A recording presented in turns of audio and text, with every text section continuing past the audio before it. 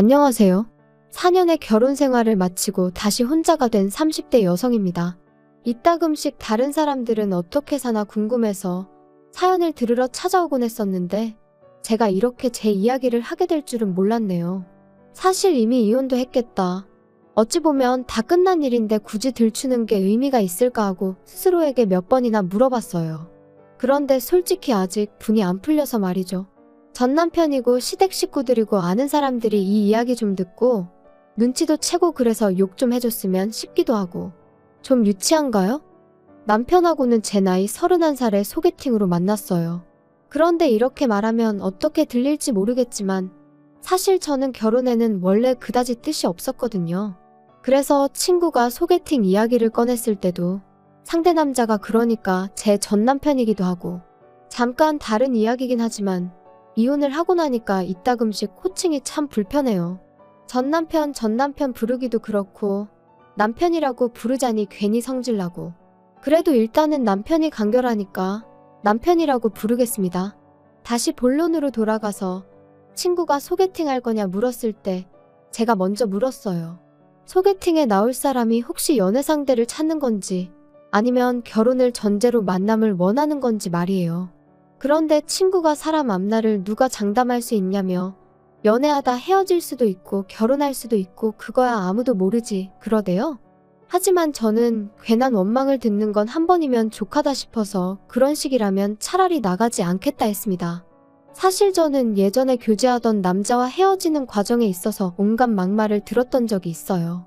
저 때문에 자기가 시간 낭비, 돈 낭비를 했다면서 말이죠. 하지만 정말 억울했던 게 그 당시에도 저는 결혼에는 뜻이 없었고 남자도 분명히 알고 있었거든요. 그것도 연애 초반 때부터요. 하지만 남자가 말하길 사귀다 보면 제 생각이 달라질 줄 알았답니다. 자기가 잘해주면 생각을 고쳐먹을 줄 알았다나요? 어이가 없어서. 아무튼 그때 너무 질려버려서 이후로 결혼 생각이 요만큼이라도 있는 남자하곤 아예 얽히지 말아야겠다고 다짐을 했네요. 그런데 소개팅을 주선하는 친구가 중간에서 그렇게 애매하게 나오니 당연히 나가기가 싫었죠.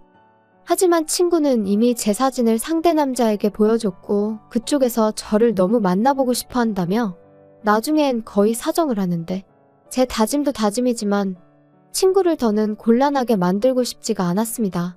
그래서 그럼 그냥 밥이나 한 끼 먹고 온다 생각하고 나갔다 오겠다니까 정말 고맙다고. 그래서 마침내 남편과 만나게 되었네요. 남편은 저와 마찬가지로 회사를 다니는 평범한 직장인이었어요. 특출난 매력은 없었지만 대화를 나눠보니 사람 성격이 전반적으로 둥글둥글하고 모난 구석이 없었죠. 가끔 실없는 농담을 던지는 게 조금 거슬리긴 했지만 그것도 알고 보니 어떻게든 저랑 좀 더 같이 있으려고 나름대로 한 노력이었다는 걸 알게 되었을 땐 좀 감동이기도 했고. 하지만 몇 번 대화를 나눠보니 남편은 나이가 나이였던 만큼 역시나 결혼 상대를 찾고 있다는 걸 알게 되었고 저는 그게 아니었잖아요. 그래서 결국 그렇게 두어 달쯤 만남을 이어가다가 제가 이쯤에서 그만 만나자 했어요. 계속 만나봤자 서로한테 좋을 게 없을 것 같다고요. 그런데 남편이 저한테 도대체 왜 결혼의 뜻이 없냐는 거예요. 그래서 저도 솔직하게 털어놓았어요. 평범한 가정에서 사랑을 많이 받고 자랐지만 어째서인지 나는 좋은 부모가 될 자신은 없다. 그래서 아이 생각이 없다. 그리고 아이를 키울 것도 아닌데 굳이 결혼을 해야 하나 싶다. 뭐 대충 이렇게 얘기했던 것 같아요. 그런데 한참을 듣고 있던 남편이 자기도 솔직히 말하겠다더니 자기는 아이를 못 갖는답니다.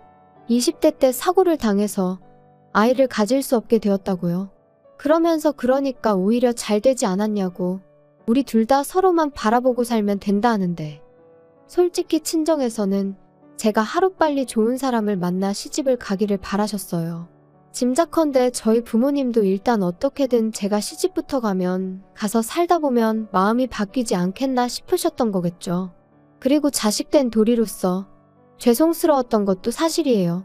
그러니 이런저런 상황을 고려해봤을 때 남편하고 결혼해도 괜찮겠다 싶대요.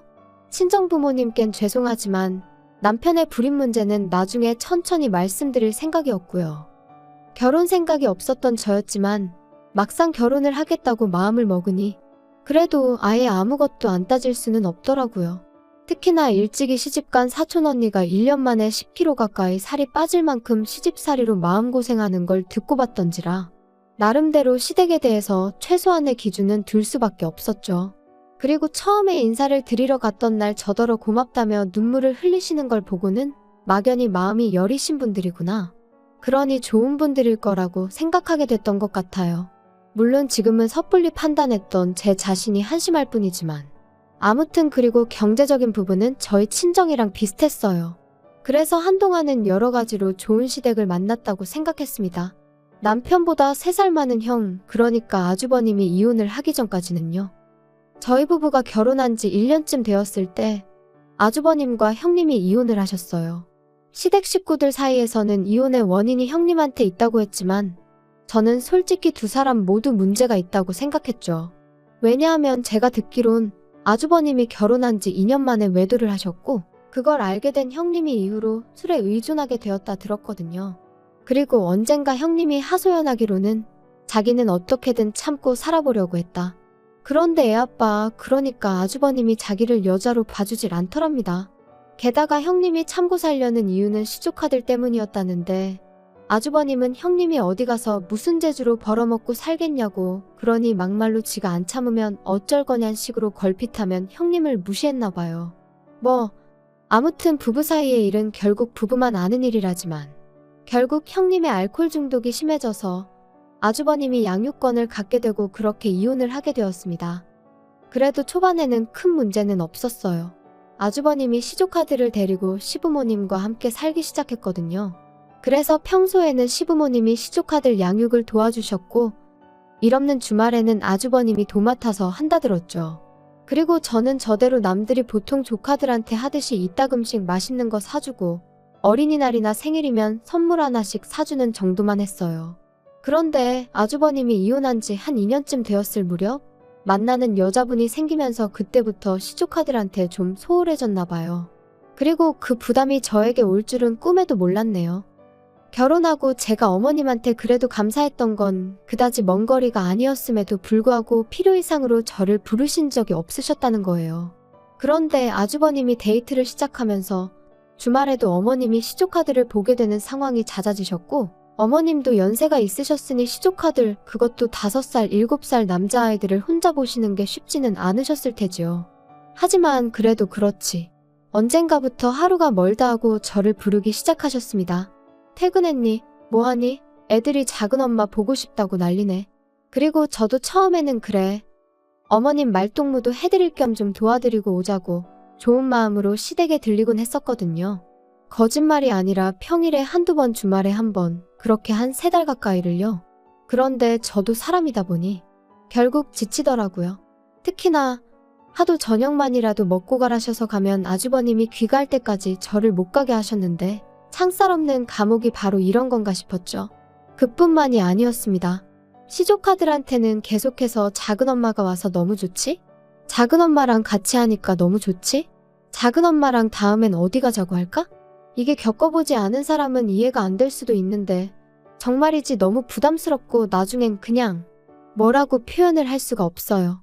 말 그대로 정말 미치겠더라고요. 심지어 한 번은 새벽 2시인가? 큰애가 아프다면서 일을 어쩌면 좋으냐고 저한테 전화를 하셨습니다. 남편도 아니고 저한테 말이죠. 그래서 제가 아주버님은 어디 계시냐니까 아주버님은 애인이랑 캠핑 갔다고. 너무 열받아서 그 전화 그대로 남편한테 넘겼어요. 그랬더니 나중에 어머님이 말씀하시길 큰애가 그러더랍니다. 작은엄마랑 병원에 같이 가면 나을 것 같았다고요. 물론 저는 지금도 큰애가 그런 말을 했을 거라고는 믿지 않지만요. 아무튼 이러한 일들이 반복되고 저는 도무지 참을 수가 없었습니다. 그래서 남편에게 어머님한테든 아주버님한테든 확실히 이야기를 좀 해줘. 왜 자꾸 나한테 뭘 기대하시는지 모르겠네. 좀 이해 좀 해줘라. 어머니 입장에선 며느리라고 너 하나니까 그렇지. 그리고 솔직히 한 가족인데 서로 좀 도와가며 지내야지. 어떻게 딱 선을 그냐? 게다가 생각을 좀 해봐. 형이 일단 그 여자랑 빨리 결혼을 해야 너도 우리 어머니도 자유의 몸이 되는 거야. 그러려면 협조를 좀 해줘야지. 두 사람이 결혼해서 내가 자유의 몸이 되기 전에 화병으로 죽을 것 같다니까. 야, 무슨 말 같지도 않은 소리를 하냐 너는? 솔직히 어머니랑 비교하면 네가 뭘 얼마나 했다고 그러냐. 고생은 우리 어머니가 다 하고 계시지. 지금 그게 할 소리야? 너무 빡빡하게 따지지 마라 좀. 이 집안의 여자라곤 어머님하고 너하고 둘뿐인데 어쩌겠냐 그럼. 자기가 대신 사과한다. 미안하다. 너 정말 고생한다. 그런 인사까지는 기대하지도 않았어요. 하지만 적어도 남편이 그토록 뻔뻔하게 아나무인으로 나올 줄은 꿈에도 상상하지 못했죠. 그리고 덕분에 그나마 마음 한켠에 있던, 그래도 내가 작은 엄마인데 이 정도는 하는 게 맞나 하는 그 찜찜함도 전부 날아가 버리대요. 게다가 이렇게 다투고 얼마 지나지 않아 어머님 생신이셨어요. 그래서 온 가족이 모였는데 아주버님 재혼 이야기가 나왔습니다. 그런데 듣자 하니 아주버님 애인이란 사람이 시조카들 때문에 재혼하기를 망설인다는 거예요. 그쪽은 초혼이라서 부모 반대가 완강하다면서 말이에요.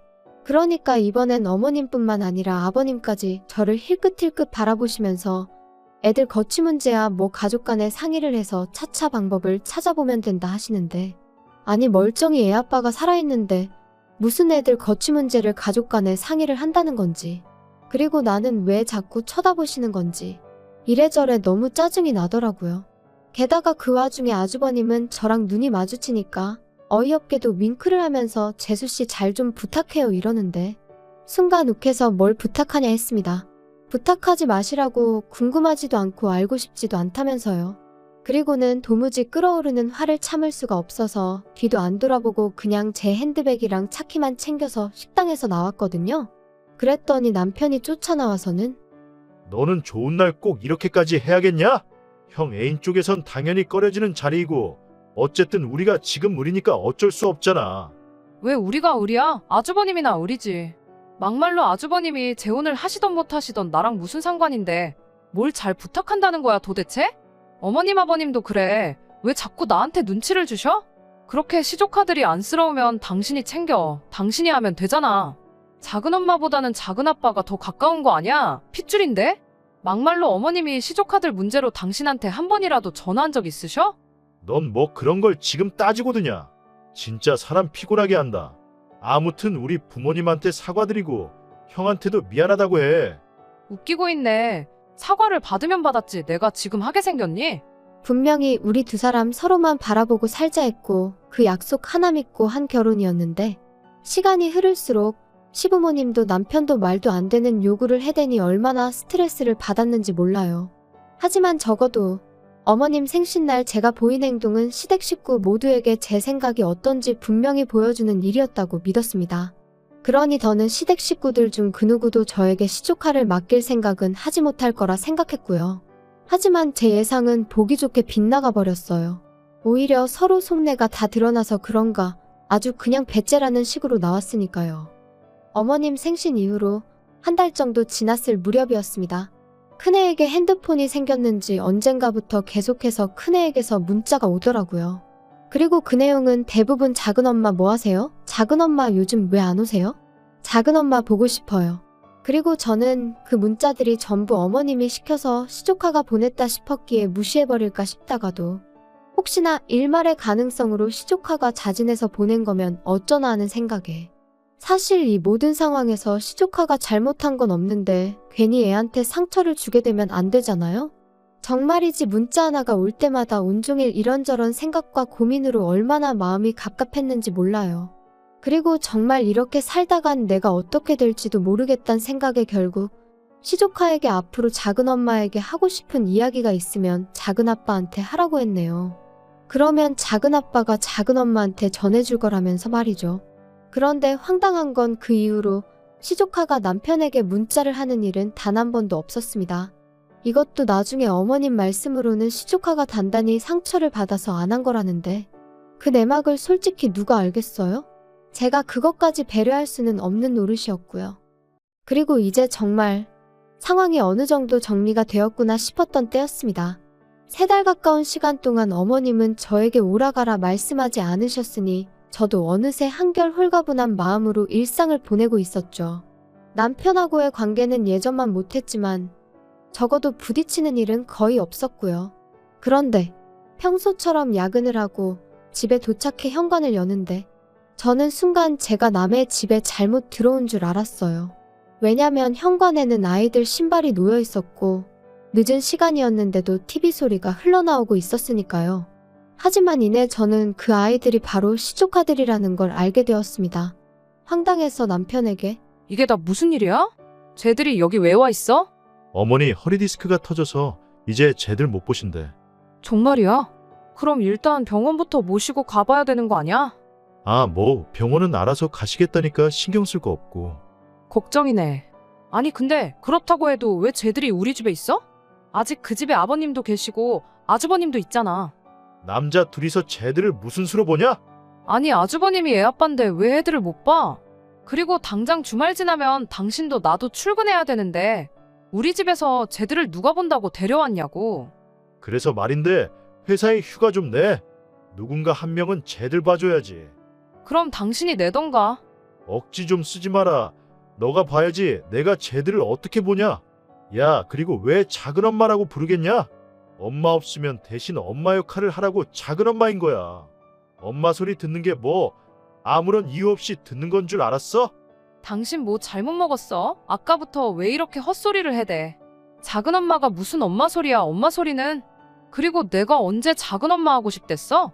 작은 엄마가 무슨 벼슬도 아니고 웃기지도 않네, 진짜. 하지만 남편은 좀처럼 고집을 꺾지 않았고 정말이지 이런 식으로 나가다간 제가 시조카들을 떠안게 생겼다 싶더라고요. 그래서 저는 이튿날 새벽 남편과 시조카들이 아직 잠에서 깨지 않았을 때 제 짐만 챙겨서 친정으로 향했습니다. 솔직히 집을 나오면서도 내가 뭘 잘못한 것도 아닌데 왜 이렇게 나와야 하나 싶었지만 동시에 어물쩍거리다 시조카들하고 마주치면 또 거기다 뭐라고 설명을 해야 할지도 모르겠고 아이들한테 저희 부부가 큰 소리 내는 걸 보여주고 싶지도 않았고요. 그래서 일단은 집에서 나왔어요. 친정에 도착한 지 1시간쯤 지나니까 남편에게 연락이 왔습니다. 어디냐 묻길래 친정이라고. 시조카들 문제 해결할 때까진 난 친정에서 지낼 테니 그런 줄 알라 했죠. 그랬더니 남편이 한다는 말이 저더러 왜 이렇게 인정머리가 없냐는 거예요. 그리고는 다른 사람들은 생판 모르는 남도 데려다 키우던데 너는 뭐가 문제야? 넌 모성애라는 게 없냐? 네가 그러고도 여자야? 진짜 정 떨어진다. 그걸 지금 말이라고 해. 모성애고 뭐고 내가 애시당초에 낳을 생각 없다고 했던 거 기억 안 나? 근데 이제 와서 나더러 시조카를 키우라고 하면 내가 그래 알겠어 하고 키울 줄 알았던 거야? 그리고 뭐 여자 맞냐고? 아무렴씨 없는 너도 남잔데 내가 여자가 아닐 리가 있어. 너 지금 말 다 했냐? 너 터진 입이라고 아무렇게나 말하는데 입 조심해라. 당신이 먼저 시작했거든? 그리고 나는 그 작은 엄마 소리 더는 듣기도 싫어. 아주 이골이나. 작은 엄마고 뭐고 나 안 할 테니까 어디 밖에 나가서 하겠다는 여자 있으면 그 여자 시켜. 얼마나 대단한 자리라고 사람을 이렇게 스트레스를 줘 주기를. 저는 제 할 말만 하고 그냥 전화를 끊어버렸어요. 그리고 이후로는 무슨 정신이었는지는 몰라도 남편 말대로 회사에 일단 휴가는 냈습니다. 다만 그리고 나서 유명하다는 이혼 전문 변호사들 몇몇을 만나 상담도 받고 나름대로 전략도 세워보고 누가 그러더라고요. 일단 시어머니 허리가 났을 때까지만이라도 좀 봐줄 수 있었던 거 아니냐고. 근데 그게 그 상황에 처해보지 않은 사람이면 모를 거예요. 시부모님도 아주버님도 그 애인이란 여자한테는 아주 절절매지. 그러니까 그 여자는 자기가 뭐나 되는 거 마냥 저한테 이래라 저래라 해대지. 그런데 정작 애들은 그 여자는 자기들 아빠를 뺏어간 여자라고 생각해서 따를 생각이 없고 말끝마다 작은 엄마 작은 엄마. 그러니까 그 여자가 아주버님과 결혼을 한다면 영락없이 애들 엄마 노릇은 제 몫이고 그 여자는 형님 놀이나 하게 생겼더라고요. 호랩이 될 뻔한 아주버님을 살려준 구세주놀이는 덤이고요. 그리고 제가 무슨 부귀영화를 누리겠다고 그런 꼴을 보게 될 걸 뻔히 알면서 언제 그런 날이 오려나 하고 기다리고 있을 수는 없었죠. 그래서 결국 남편과 저는 이혼을 했습니다. 남편은 남편 나름대로 제가 자기를 모욕했다며 명예훼손이네 어쩌네 해댔는데 부부싸움하다가 막말 좀 한 걸로 명예훼손이 될 리가 없잖아요. 고작 그런 이유로 저를 유책 배우자로 몰아갈 수도 없었고요. 그래서 제가 서로 오만정이 다 떨어진 마당에 뭘 질질 끄냐고 그냥 깔끔하게 협의 이혼하고 갈 길 가자 했어요. 그런데 이렇게 되니까 다른 사람도 아니고 아주버님이 저희 이혼을 말리대요? 자기가 다 잘못했다면서? 하지만 곧 죽어도 시조카들을 다시는 안 맡기겠단 소리도 안 하고 설령 그런 소리를 했다고 해도 이미 저희 부부는 깨진 그릇이나 마찬가지였으니까요. 결국 그렇게 남남이 되었습니다. 그리고 저는 이혼하고 얼마 지나지 않아 아주버님과 그 여자도 헤어졌다는 소식을 다름 아닌 어머님을 통해서 듣게 되었습니다. 이게 다 저 때문이라면서 제가 조금만 도와줬으면 될 걸 일을 다 그르쳤네 하시더니 급기야는 저를 고소하겠다고 하셨지요. 그래서 마음대로 하시라고 했는데 지금까지 별다른 소식이 들려오질 않네요. 종이 쪼가리 하나 날라온 것도 없고요. 솔직히 아주 가끔 시조카들 생각이 날 때가 있어요. 그래도 작은엄마 하면서 따르던 걸 생각하면 내가 좀 참을 걸 그랬나 싶기도 하고 아직 제가 매운맛을 덜 봐서 그런 걸까요? 그냥 왜 어른들 때문에 애들이 저렇게 힘든 시간을 겪어야 하나 싶은 게 아무쪼록 아주버님이 그놈의 사랑 타령은 잠시 접어두고 아이들을 먼저 좀 챙기셨으면 좋겠네요.